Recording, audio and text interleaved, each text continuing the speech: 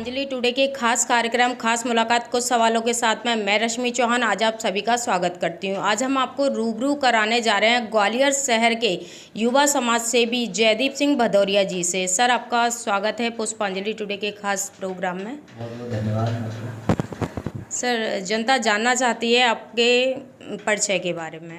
जयदीप सिंह भदौरिया, मैं मूलतः भिंड का रहने वाला हूँ। मैंने कृषि में पढ़ाई की है और कृषि से ही मैंने डॉक्टरेट की उपाधि प्राप्त की है राजमाता विजयराजे सिंधिया कृषि विश्वविद्यालय ग्वालियर से। सब आपकी जनता के प्रति क्या कार्यशैली रही? चूँकि मैं सामाजिक क्षेत्र में सामाजिक संगठन के माध्यम से सामाजिक क्षेत्र में काम करना चालू किया, तो चूँकि सामाजिक दृष्टि से जिस प्रकार की जनता की जो आवश्यकताएं हैं वर्तमान में, जागरूकता कार्यक्रम करना, उन्हें विभिन्न मुद्दों पे विभिन्न प्रकार की जो इश्यूज रहते हैं उनके प्रति जागृत करना, संगोष्ठी के माध्यम से, माउथ टू माउथ, इस प्रकार से जैसे वर्तमान में कोरोना के माध्यम से भी हम कोरोना के बारे में कि किस प्रकार के कोरोना के माध्यम से विभिन्न प्रकार की बीमारियां फैल रही हैं, उसके बारे में भी हम जागरूक करने का कार्यक्रम समय समय पे करते रहते हैं, जो महती आवश्यकता है वर्तमान की। तो माउथ टू माउथ, एक तो लोगों के साथ में उनको बताना, और छोटे छोटे से कार्यक्रम भी होते हैं, जागरूकता पैम्पलेट्स या फिर उसके माध्यम से भी, सोशल मीडिया के माध्यम से भी, इस प्रकार से हम जागरूकता का कार्यक्रम समाज सेवा के क्षेत्र में समाज के बीच में करते हैं। सर, जैसा कि देखा जा रहा है कि अभी भी कोरोना के मरीज कम नहीं हो रहे हैं और लॉकडाउन भी बढ़ता जा रहा है, इससे गरीब जन काफ़ी परेशान है। इस बारे में आपका क्या कहना है? देखिए, कोरोना वर्तमान में एक महामारी भारत में ही नहीं पूरी दुनिया में फैली हुई है। इसके लिए वर्तमान में वैक्सीनेशन भी चालू हो गया है। चूँकि वैक्सीनेशन हो रहा है, अब उसके रिजल्ट भी आने चालू होंगे, हो सकता है दोनों डोज जब पूरे देश भर में सभी को लग जाएंगे तब उसके परिणाम समझ में आए, कितने परिणाम किस प्रकार से आ रहे हैं। लेकिन जैसा कि कहा जा रहा है गवर्नमेंट के माध्यम से कि हमें सोशल डिस्टेंस, मास्क, ये सब भी अपनाना पड़ेगा। भले ही आप वैक्सीनेशन करा चुके हैं और इसका भी हमें उपयोग करना पड़ेगा। एक दूसरे से दूरी बनाना, सोशल डिस्टेंस मेंटेन करना, मास्क लगाना, सैनिटाइज करते रहना, तो ये आवश्यकता है, ये हमारे जीवन में हमें उतार लेना चाहिए। कोरोना ने हमें बहुत कुछ सिखाया भी है। कोरोना जिस प्रकार से एक त्रासदी के रूप में आया, उसने गरीब जनता की कमर तोड़ दी। विभिन्न प्रकार के जो छोटे छोटे धंधे थे, जो रोज़ कमाने वाले, को नुकसान भी हुआ, लेकिन कुछ सिखाया भी है। आजकल हम देखते हैं कि पहले फिजिकल लोग ज़्यादा मिलते थे, मीटिंग्स वगैरह करते थे, एक दूसरे इंटरेक्ट हुआ करते, लेकिन आजकल अब बैठे बैठे वर्चुअल मीटिंग हो जाती हैं। वर्चुअल आप देखिए वेबिनार, बड़े बड़े वेबिनार हुए हैं शिक्षा के क्षेत्र में। स्कूल में देखिए आप, कॉलेज के जो क्लासेस हैं, एग्ज़ाम्स हैं, वो भी चालू है। तो कोरोना ने हमें कुछ दिया भी है, अगर हम केवल अगर उसको इस दृष्टि से, ठीक है त्रासदी हुई, नुकसान भी हुआ, कई लोगों के घर बेघर भी हुए, कई लोगों का रोजगार चला गया, लेकिन कुछ अगर हम पॉजिटिव सोचेंगे तो यह है कि कोरोना ने हमें कुछ सिखाया भी है। सिखाया क्या? साफ सफाई हो गई, लोग बहुत स्वच्छता के साथ रहने लगे, है ना, सोशल डिस्टेंसिंग मेंटेन करने लगे, अपने हाथों को सैनिटाइज करना, नहाना धोना।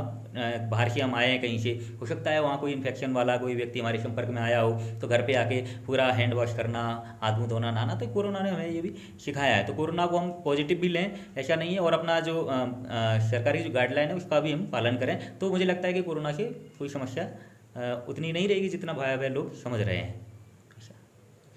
सर, आपने आगे के लिए क्या सोचा है? आगे आपका क्या लक्ष्य है? चूँकि समाज सेवा के क्षेत्र में काम करने का, समाज के प्रति हम क्या दे सकते हैं, कहते ना कि जीवन बहुमूल्य है, ईश्वर ने हमें एक जीवन दिया है, तो हम कुछ जो समाज हमें देता ही है और समाज को भी हमें देना चाहिए। तो समाज सेवा के माध्यम से हमें क्या हम दे सकते हैं।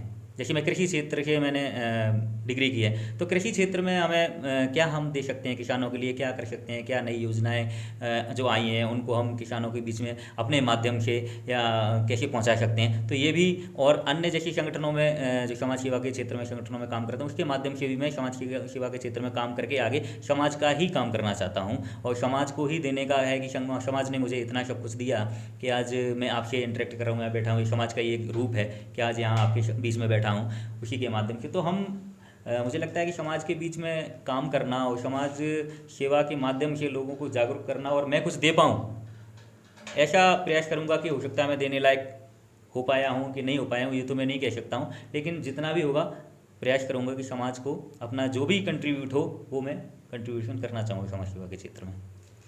सर, समाज सेवा के क्षेत्र में आपको किसने प्रेरणा दी कि आपको इस क्षेत्र में आना चाहिए? जब मैं यहाँ ग्रेजुएशन में एग्रीकल्चर कॉलेज में मैंने एडमिशन लिया, तो फिर पहले तो विद्यार्थी परिषद के बारे में जानता था, थोड़ा कभी कभी जाना हुआ, लेकिन फिर थोड़ा सा विद्यार्थी परिषद में मैं कार्यक्रम में जाना हुआ, विद्यार्थी परिषद के संपर्क में और अच्छी सक्रियता के साथ में आया। फिर मुझे समाज सेवा की जो ज़्यादा मुझे लगता है कि प्रेरणा मिली, तो विद्यार्थी परिषद ही मुझे लगता है कि उसने मुझे प्रेरणा दी कि समाज सेवा के क्षेत्र में, और क्योंकि छात्रों के बीच में भी फिर काम किया, फिर उसके माध्यम वर्तमान में मैं अन्य संगठन में जैसे हिंदू जागरण मंच में काम कर रहा हूँ। तो ये विद्यार्थी परिषद के माध्यम से ही ये प्रेरणा मिली। विद्यार्थी परिषद एक ऐसा प्लेटफॉर्म मुझे लगता है कि विद्यार्थियों के लिए वहीं से आपका जो डेवलपमेंट है, जो विकास है, कि आपको आपकी दिशा क्या होनी चाहिए, वो विद्यार्थी परिषद मुझे लगता है जो मुझे दिया, वो मुझे उसी से प्रेरणा मिली, विद्यार्थी परिषद के माध्यम से। सर, आपने शिक्षा कहाँ से प्राप्त करी, किस कॉलेज से? जैसा कि मैंने बताया कि कृषि महाविद्यालय, जो कि वर्तमान में विश्वविद्यालय का रूप ले चुका है, हमारे अपनी रेशपुर रोड है, वहाँ पर कॉलेज है, और अपना जो राजा पंचम सिंह पहाड़गढ़ मार्ग है, वहाँ पर अभी 2008 में 19 अगस्त 2008 में कृषि विश्वविद्यालय का रूप लिया है। तो कृषि विश्वविद्यालय ग्वालियर से मैंने PhD तक पढ़ाई की है। मृदा विज्ञान में मेरा स्पेशलाइजेशन हुआ है। सर, वर्तमान में आप अभी क्या कार्य कर रहे हैं? मैं हिंदू जागरण मंच युवा वाहिनी जो विंग है, उसका प्रांत का सह संयोजक हूँ। उसके माध्यम से समाज में काम करना, विभिन्न प्रकार की जो चुनौतियाँ हैं, जागरूकता है, या क्या चल रहा है वर्तमान में, संगठन के माध्यम से काम करने का पूरा प्रयास कर रहा हूँ। सर, आपके जीवन की कोई ऐसी घटना जो आपको हमेशा याद हो, अच्छी और बुरी दोनों में से एक? चूँकि मैं विद्यार्थी परिषद में काम करना, और विद्यार्थी परिषद में काम करना तो मुझे लगता है कि एक मूवमेंट करना उसकी शैली ही होती है कि विभिन्न प्रकार के जो इश्यूज़ होते हैं उनके अगेंस्ट अगर कोई गलत हुआ है छात्रों के बीच में, तो वो सब काम करना।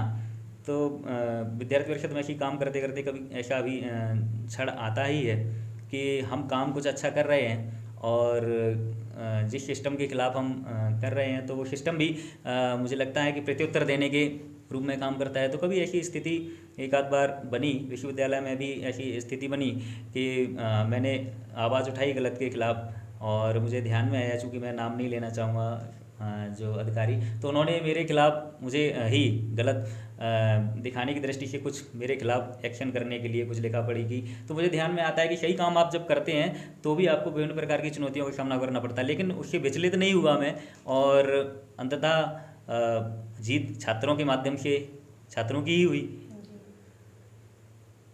सर, ऐसे बहुत से छात्र हैं जो आपको अपना आइडल मानते हैं, आपसे प्रेरणा लेते हैं। उन छात्रों को आप हमारे पुष्पांजलि टुडे प्रोग्राम के माध्यम से क्या संदेश देना चाहते हैं? चूँकि अब छात्र जीवन में छात्र किसी ना किसी को अपना आइडल मानते हैं। मैंने विद्यार्थी परिषद को अपना आइडल माना और उस दिशा में काम किया। तो ये कहना चाहता हूँ कि मेहनत तो करनी पड़ेगी, शॉर्टकट सफलता के लिए होता नहीं है कि शॉर्टकट के माध्यम से हम सक्सेस हो जाएं। तो कड़ी मेहनत, कभी कभी होता था कि मैं एग्ज़ाम्स भी हैं, और एग्ज़ाम्स के टाइम पर कुछ ऐसे इश्यूज़ आए हैं महानगर में, अन्य महाविद्यालयों में या हमारे महाविद्यालय में भी कभी होता था कि कुछ छात्रों के साथ में उनका कुछ नुकसान हो गया। तो हमारी भी एग्ज़ाम है, लेकिन हमें उन छात्रों का भी ध्यान रखते हुए हमें मूवमेंट करना, उनकी सहायता के लिए प्रयास करना, तो ऐसा करते रहना चाहिए और करना भी चाहिए। मैंने भी किया। तो छात्र जीवन में मुझे लगता है कि जो संघर्ष करेगा या समाज सेवा के क्षेत्र में जो भी संघर्ष करेगा वो व्यक्ति आगे बढ़ेगा। और आइडल तो किसी ना किसी को मानना ही चाहिए, और किसी ना किसी का होता ही है। जैसे मैंने बताया, मेरा विद्यार्थी परिषद आइडल, अगर विद्यार्थी परिषद में मैं काम नहीं करता तो मुझे लगता है कि समाज सेवा का जो मूल भाव है वो मेरे अंदर जागृत नहीं होता। और नहीं तो होता क्या है कि व्यक्ति अपने काम में लगा रहता है, स्वयं के जीवन में, स्वयं का घर, स्वयं का परिवार, स्वयं का जॉब, स्वयं का अन्य कारोबार। और ये प्रेरणा मुझे विद्यार्थी परिषद में, चूँकि मैंने काम किया तो विद्यार्थी परिषद के माध्यम से आई। तो मैं इसको मानता हूँ कि हाँ, व्यक्तिगत भी आइडल होते हैं। मेरा भी व्यक्तिगत विचार के विद्यार्थी परिषद में काम करने वाले कुछ छात्र नेता रहे हैं जो मेरे आइडल रहे। तो मानता हूँ कि कोई भी व्यक्ति जो अगर समाज सेवा के क्षेत्र में काम करना चाहता है तो समाज सेवा के क्षेत्र में विभिन्न प्रकार के संगठन हैं, उनके माध्यम से जुड़ना और देखना कि किस प्रकार से मैं कहाँ अपने हिसाब से वहाँ फिट हो सकता हूँ, मैं किस सांचे में फिट हो सकता हूँ, वहाँ काम करना चाहिए। क्योंकि हमें अपने जीवन से भी आगे निकल के दूसरों की लिए भी सोचना चाहिए, देश के लिए सोचना चाहिए, राष्ट्र के लिए सोचना चाहिए, समाज के लिए। तो ये बहुत आवश्यक है और युवाओं के लिए तो बहुत ही आवश्यक है, क्योंकि भारत में वर्तमान में युवा देश है। सबसे ज़्यादा युवा भारत में ही है और दुनिया की नज़र इसीलिए भारत पर है। और इसीलिए पूरी दुनिया आज मोदी जी के माध्यम से जिस प्रकार से पूरी दुनिया भय खा रही है, भारत का एक अलग प्रकार का जो वातावरण पूरी दुनिया भर में बना हुआ है, वो युवा शक्ति ही है। युवा को हम कहें, युवा जिस प्रकार से युवा और वायु एक दूसरे के अगर अपोजिट जाएं, तो युवा अगर उस दिशा में काम करेगा तो वायु की गति से काम करता है, और चूँकि तेज़ी से परिवर्तन लाने की जो शक्ति है वो युवा हाथों में ही है। जो देश युवा होगा, जहाँ युवाओं की संख्या होगी, वो देश ही दुनिया पर राज करने वाला है, वही देश आगे राज करेगा। और भारत भी, मुझे लगता है कि भारत राज करेगा, ये सोने की चिड़िया तो रहा ही है, भारत ही सर्वोच्च शिखर पर पहुंचेगा, दुनिया में भारत का ही परचम लहराने वाला है, वो भी युवा शक्ति के माध्यम से। तो युवाओं का एक सही दिशा, मुझे लगता है सारे युवाओं को किसी न किसी संगठन के माध्यम से और अच्छी विचारधारा के माध्यम से जुड़ना चाहिए, जुड़ के काम करना चाहिए, क्योंकि सही दिशा में अगर युवा काम करेगा तो उसके रिजल्ट, जो परिणाम हैं, वो सकारात्मक आएंगे। अगर युवा गलत दिशाओं में, गलत व्यसनों में पड़ जाएगा, नशे के उसमें पड़ जाएगा, गलत काम में पड़ जाएगा, तो उसके परिणाम गलत आएंगे। तो वर्तमान में मैं आपके चैनल के माध्यम से युवाओं को ये कहना भी चाहता हूँ कि हमें सकारात्मक काम करना चाहिए, और हमारा देश के प्रति, राष्ट्र के प्रति, समाज के प्रति क्या कंट्रीब्यूशन हो सकता है, कम होगा ज़्यादा होगा ये महत्वपूर्ण नहीं है, कितना भी करना चाहिए हमें उस दिशा में। अगर हम एक कदम भी आगे बढ़ते हैं तो हम उसके निकट ही पहुँचेंगे। तो मुझे लगता है इस ध्येय को माध्यम बना के काम करने की आवश्यकता है। युवाओं को अपने समाज सेवा के क्षेत्र में, शिक्षा के क्षेत्र, अपना काम तो करना ही चाहिए, अपना काम प्रभावित किए हुए ना। जैसे अगर कोई छात्र तो मुझे लगता है समाज सेवा का भी काम कर रहा है, तो छात्र रहते हुए अपना पढ़ाई पर भी उसको ध्यान देना चाहिए, और पढ़ाई के साथ साथ कितना हम कर सकते हैं समाज सेवा का काम या अन्य कोई काम, वो करना चाहिए। क्योंकि डिग्री भी बहुत महत्वपूर्ण है। अगर हम पढ़ने आए हैं स्कूल में, कॉलेज में, कहीं भी, तो वो भी उसके साथ में हम क्या कर सकते हैं, वो हमें चुनना चाहिए और काम करना चाहिए कि हमारा मूल काम प्रभावित भी ना हो। अगर हम पढ़ रहे हैं तो हमारी पढ़ाई भी इस प्रकार की प्रभावित ना हो जाए कि हमारा नुकसान हो जाए, हम डिग्री नहीं कर पाए, तो मुझे लगता है फिर नुकसान होगा। तो मुझे लगता है अगर ऐसे नुकसान होगा तो उनके परिवार के लोग हैं और स्वयं छात्र का भी ऐसा भाव हो जाएगा कि हम इस संगठन के माध्यम से समाज सेवा का काम किया मैंने, तो मेरा ये नुकसान हो गया, तो फिर समाज सेवा के क्षेत्र से उसकी अरुचि पैदा हो जाएगी। तो ये भी ध्यान उसको रखना है कि अगर हम स्टूडेंट हैं या छात्र हैं या अन्य कारोबार हैं, तो उसको भी हम साथ साथ काम करें, जिससे हमारा वहाँ भी नुकसान ना हो और हम ये काम भी लंबे समय तक करते रहें। अगर आपने एक ही काम पकड़ लिया, तो एक काम अगर आप करते रहेंगे, आपने वो काम छोड़ दिया, तो वो प्रभावित काम हो जाएगा, तो फिर आप काम नहीं कर पाएंगे लंबे समय तक। क्योंकि ये समाज सेवा का जो काम है वो लंबे समय तक ही काम करेंगे, तभी परिणाम निकल के सामने आएंगे। शॉर्टकट इसमें कहीं कुछ नहीं है। जैसा कि जयदीप सिंह भदौरिया जी ने बताया, कोरोना से बचने के लिए मास्क का इस्तेमाल कीजिए, सैनिटाइज़र का इस्तेमाल कीजिए, समय समय पर हाथ धोते रहिए। अगर आप मेहनत करेंगे तो आपको आगे बढ़ने से कोई नहीं रोक सकता। धन्यवाद सर, एक बार फिर आपका भी बहुत बहुत धन्यवाद। पुष्पांजलि टुडे परिवार का बहुत बहुत धन्यवाद, जिन्होंने अपने स्टूडियो में मुझे बुलाया, मौका दिया। आपके पूरे परिवार को मैं हृदय बहुत बहुत धन्यवाद व्यक्त करता हूँ। जय हिंद, जय भारत। जय हिंद, जय भारत।